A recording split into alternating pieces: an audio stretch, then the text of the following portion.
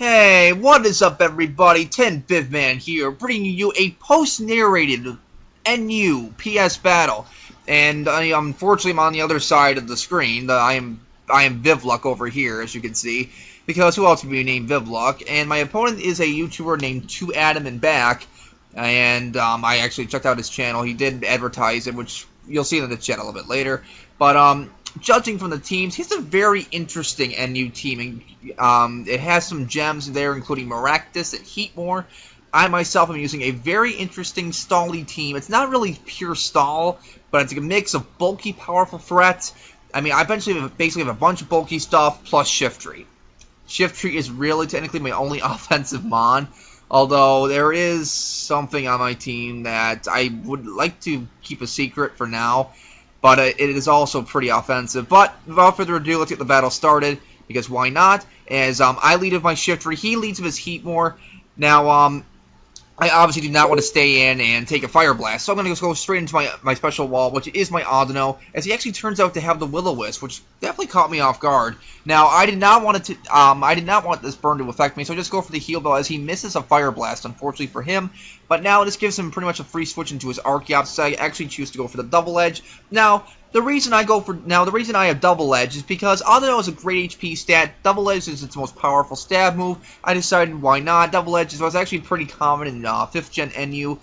And it works just as well for Audino in 6th Gen NU. If it had Seismic Toss, I'd be running that, but since it doesn't get it, I'm using Double Edge. So now I don't know what kind of Archeops this is, but I protect the Scout out and see exactly what he's going to do. As he does end up going for the knockoff, which is definitely going to be an issue, but I figure, you know what, I'll just bring in my Wheezing.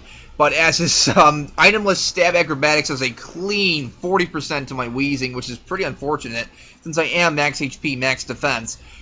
So that just shows how broken Archeops is, honestly. I don't think Archeops belongs in this tier, but that's just me.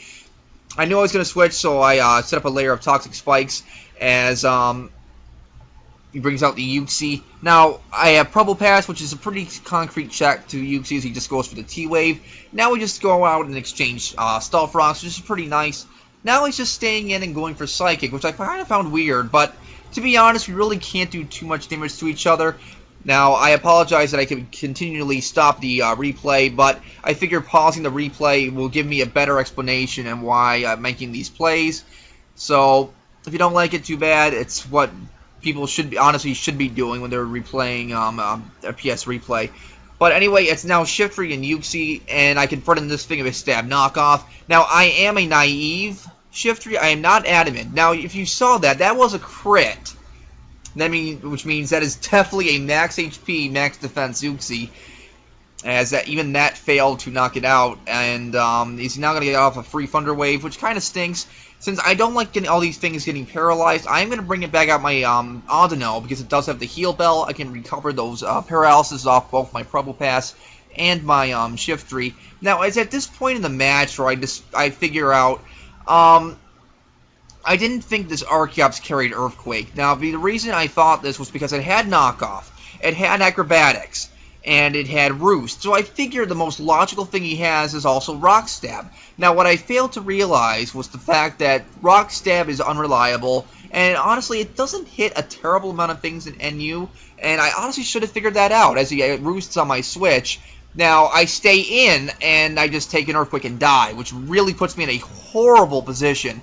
I'm pretty much forced to bring up my Wheezing, and pretty much forced to go on to a Will-O-Wisp, which he takes full advantage of as he brings out the Heatmore, which does possess the Flash Fire. Now, I wanted to Sludge Bomb. I wanted to, but I didn't want to risk that Archeops not getting burned, because I knew if that thing got burned, it would have been much more helpful to me. As he now smashes my Audino with a Flash Fire Life Orb Fire Blast. I just protect to stall out some damage, stall out some poison, just to get this thing worn down even more. I do have Regenerator, which means Audino can switch out, recover some HP, as I now go into my Lantern. Now, that Fire Blast mist actually mattered because of the fact he does have Giga Drain, and Life Orb Giga Drain, that does a clean 60% to my Lantern. Fire Blast probably would have done it at least 35 to 40%, meaning that Fire Blast miss was very unfortunate, as I now take him out of his Stab Scald. Now, he now brings out his Maractus, which is a very interesting set. As he Leech Seeds my Wheezing switch in, it actually turns out to be a special set of the Energy Ball. Now, I honestly predicted Giga Drain, but you have to remember, Energy Ball did get a buff this generation to 90 base power, making it basically a Grass-type Flamethrower, Grass-type Ice Beam, so it's a very powerful option. As I just go for the Pain Split, predicting the switch out primarily, but now he sacks his usage to the Stall Frogs, which was definitely a good play, as I actually made a double switch to the Dusknoir, knowing that I could easily take on Maractus because... Alright, I'll give it out now. I am actually an Assault Vest Dusknoir, and it's definitely interesting, but, I mean, since you have Dusclops that's in the tier, and that plays more of a defensive role, why not run Dusknoir for more offense? I mean, there really isn't any majorly offensive ghost types in the tier besides Spiritomb. Dusknoir has a little bit better bulk because of, 45, 135, 135 bulk, and it has a higher attack stat. And, of course, I actually run double priority on it with Shadow Sneak and Sucker Punch, so it's very useful. And now, as you saw, I predicted the Toxic, so I switched in my Weezing. Now, here, I definitely should have gone for the Sludge Bomb.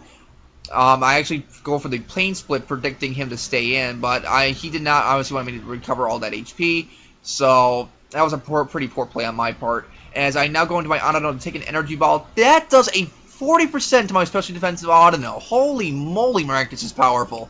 But, he dies to his Life Orb and Poison, so he now brings out the Archeops to front in anything of my switches. He just knocks out my Lantern of Acrobatics, which is definitely a problem. Now, the problem with my Dusknoir, it does not have a fighting move, which means I cannot really do anything to that Lickilicky. So, which stinks, because I just Sucker Punch, predicting him to stay in. Maybe want to, just take the hit. But no, that's not the case, as I'm pretty much forced to sack my Weezing to whatever he goes for. He goes for the Seismic Toss, which I kind of predicted he had, but I wasn't positive. As I now get a free switch into my Shiftry, which threatens him with a powerful stab knockoff, doing a 47%, which is just what I need, as he gets out of pretty much an irrelevant Wish and dies to the Poison, which is fantastic. Now, I switch out into my Audino, pretty much as Death Butter at this point, because Archeops is just a freaking humongous threat, and he just, he goes for the knockup. I predicted him to go for Acrobatics, but I throw off a useless Wish of my own, because it doesn't benefit me at all, as he now switches out his Archeops into his Barbaracle. Now, here's the thing about Barbaracle. If this thing was Shell Smash, he could have brought this thing in on several opportunities in this battle, especially against my Audino, which could have, which was definite setup butter. I could not touch Barbaracle with my Audino. He could have set up a Shell Smash and easily won this battle. But no, he decides to bring up Barbaracle at this point in the battle. And this is what, he goes for the Stone Edge, and it doesn't kill me, but I'm able to finish him off with an Earthquake, completely rendering that threat useless. Now, the reason I go for Shadow Sneak here as opposed to Sucker Punch, I didn't want him to roost. This gets him in defeatist range, and now leaves this to a 50-50 play. If I Sucker Punch and he roosts, it's over. If I predict him to roost now and go for the Leaf Storm, I win.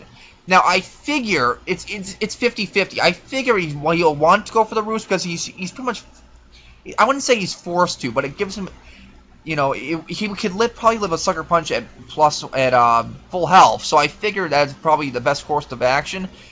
And I do predict correctly. He does roost, go for the Leaf Storm, and that is GG. So that was a great game to add him back. That definitely led to a lot of this guy saying, "Well, wow, that was a spectator." But yeah, I was pretty much just forced to Leaf Storm. If he did go for the attacking move, it was over, but I figured since I could have just double Sucker Punched, and I don't think a Sucker Punch at full health would have killed the Archeops, so it was definitely in his best interest to roost, but I did predict that and go for the Leaf Storm to win this battle. That was a great game. I hope you guys enjoyed. I'm going to try to do more of these in the future, but rate, comment, sub, and later, guys.